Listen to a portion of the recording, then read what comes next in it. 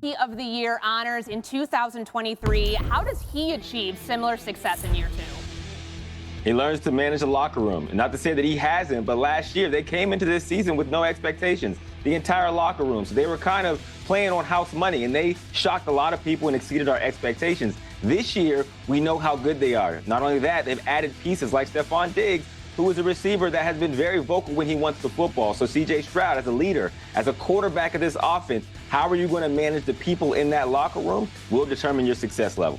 Set a very high bar for other rookie quarterbacks to try to top. So, okay. I wanted to talk about C.J. Stroud, not Will Levis. There seems to be a misconception around the success of the Houston Texans and C.J. Stroud that I really want to sink in real fast, drive home. I hear a lot of the arguments against why people believe the Texans won't be good is because they had an easy schedule last season. And so that was like misleading. And now this time they're going to have a harder schedule because they actually made the playoffs and played well. So it's going to be harder. And so we don't know what C.J. Stroud and the Texans will be able to do. Now listen, there could be truth to that if the Texans didn't have a great head coach and a great OC to go along with C.J. Stroud, or that OC now left. That's not what happened. And they just ran it back with everyone the same. That's not what happened. The Texans did something that was incredibly smart. One, they were able to keep, obviously their head coach, they're not going to fire him, and they're able to hold on to their OC, which is always good when you have a young quarterback. You have that continuity. When your head coach is not an offensive mind, your OC is just as important as it gets, arguably more important than the head coach itself. And to be able to keep that continuity really, really matters. Really, really matters. It cannot be understated. We have so many examples of it going bad when the OC leaves with a younger developed quarterback, whether it be Jalen Hurts, Josh Allen. That's the way it goes. So that's great. So we know CJ Stroud is going to continue to get better. Then they also fortified the offense. They saw, wow, we thought CJ Stroud was going to be good. We didn't know he was going to be this good. They then didn't say, okay, well, great, he's great. We don't have to worry about the offense anymore. They're like, no, he's great. Let's try to make things even easier for him, which is what you see great teams do. It's what the Kansas City Chiefs do for Patrick Mahomes. It's what you do. You don't, just because a player can take on the burden of the world doesn't mean that you should put the burden of the world onto him. So they fortified their defense. They fortified the offense.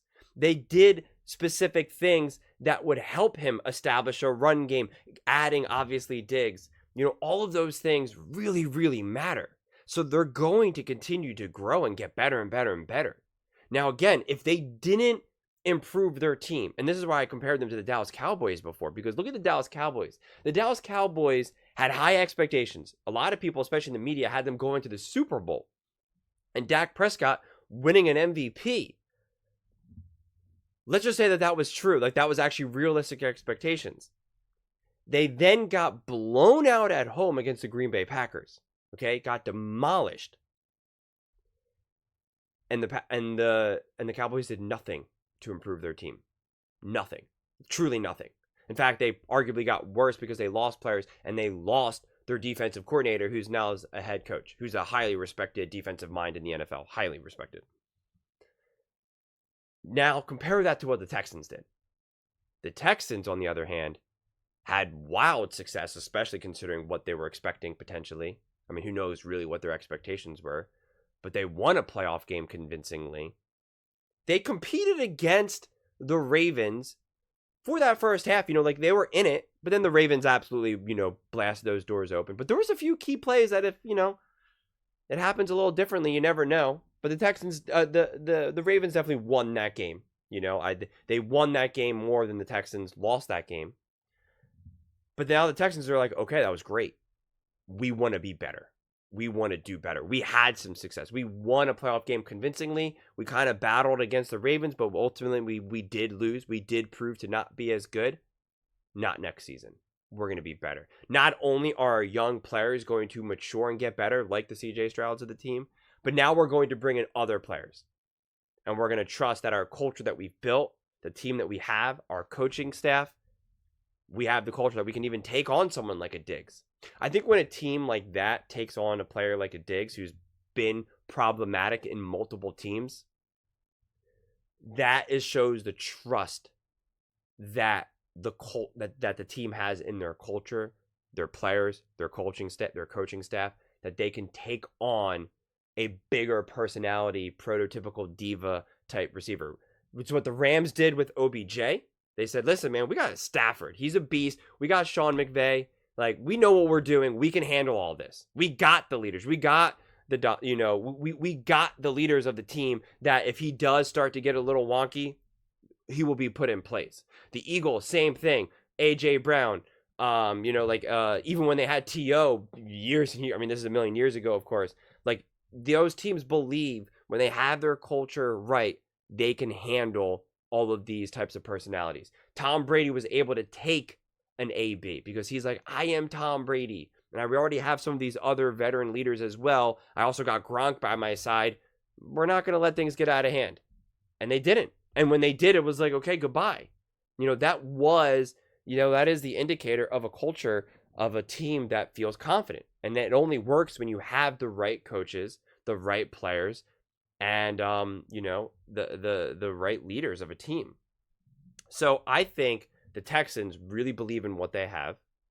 I believe that CJ Stroud is going to continue to develop, and he's very fortunate to be able to continue to have the continuity in the offense. And I'm hopeful that Diggs understands. I'm hopeful that Diggs isn't completely delusional, that he just thinks that all these teams need him, that he's the man, he's the god, and that he doesn't need to just, have a little bit better of a mind on his head, better head on his shoulders. I'm hoping he maybe learned a little bit from OBJ and saw, okay, I balled out with the Giants, but that didn't work out. Then I went to Cleveland, not happy there.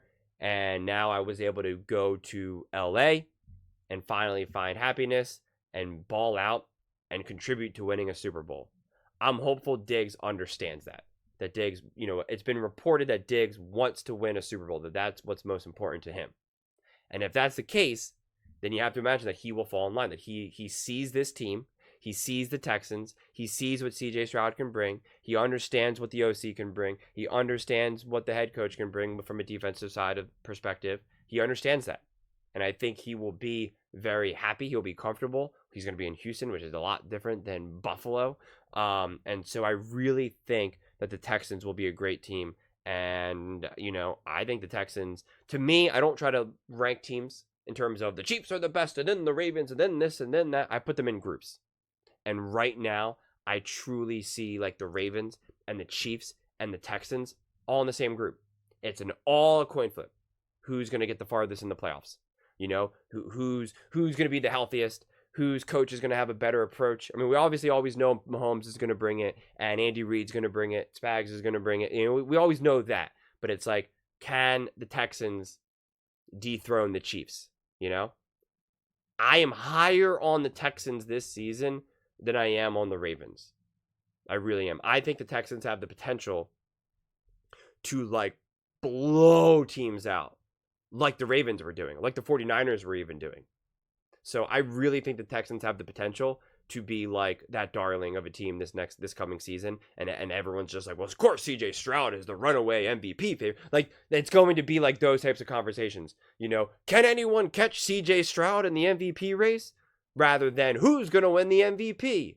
Like, I really could potentially see that's how the season that the Texans and CJ Stroud have. As long as everyone stays healthy and there's no unforeseen circumstances, I think the Texans could be on a true runaway train to high levels of success. But like I've said in previous videos, I think a lot of it will depend upon early success. If they get off to a slow start, then I could see the Diggs, acquisition be more problematic and he could get, disruptive. That is definitely a possibility. But if they are able to be a smooth team, not have any issues from the beginning of the season and hit the ground running, I think then they could really hit the ground running, and it could just really be like, everybody will be like, is CJ Stroud poised to surpass Patrick Mahomes? Like, you're going to have those random crazy conversations. I really, really think that's what we'll see. Again, last season, everybody was like, who will be able to catch the 49ers? Who will be able to catch the Ravens? Can anyone pass Lamar Jackson for MVP? They were trying to say, like, well, maybe Purdy will win, maybe Dak will win. And it was like, obviously, it was always going to be Lamar. And I think that's the season that CJ Stroud and the Texans could potentially have if they get off to a good start and everyone stays healthy. But those are just my thoughts. I would absolutely love to hear yours. What do you expect for CJ Stroud and the Texans next season? Do you think Stroud could actually win an MVP? And do you think the Texans can make a legitimate Super Bowl run? Let me know in the comments below. I read every single comment. So whether you agree with me or disagree with me, either way, let's get in some discussions. Let's get in some fights. But ultimately, let's just have some fun. And please do consider subscribing. We are building an amazing community here, and I would absolutely love to see you part of it. I want to build something that we all genuinely feel connected to. Something that we're really excited to be part of. I think we're well on our way to doing it. And please don't forget to give this video a thumbs up, as it really does help with the visibility and the algorithm. Thank you so much, and see you next time.